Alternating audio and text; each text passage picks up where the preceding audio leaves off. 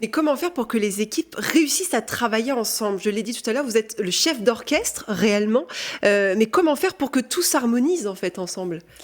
Alors, comment faire? On va jouer sur l'écosystème. Donc, parfois, ça va être du coaching d'équipe. Parfois, il faut travailler en individuel Mmh. pour le manager. Et là, c'est plutôt du coaching individuel. Et sur les formations, en fait, l'objectif reste toujours le même, c'est accompagner l'équipe et jouer sur l'écosystème. Vous parliez tout à l'heure de chef d'orchestre. Nous sommes des accordeurs. En fait, c'est le chef d'orchestre qui va définir quelles sont les pièces qu'il va jouer.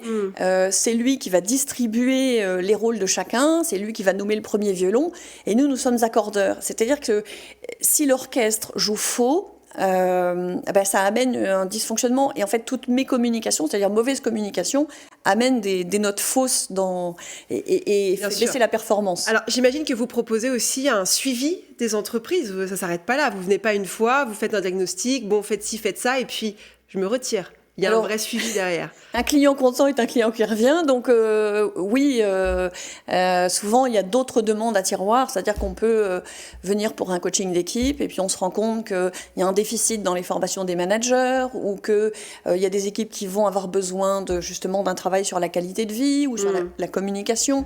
On fait beaucoup d'initiation à la process communication, c'est un module qui marche très bien et qui vient fluidifier les relations et ça a un impact quasi immédiat et donc ça génère un besoin qui va être souvent exprimé.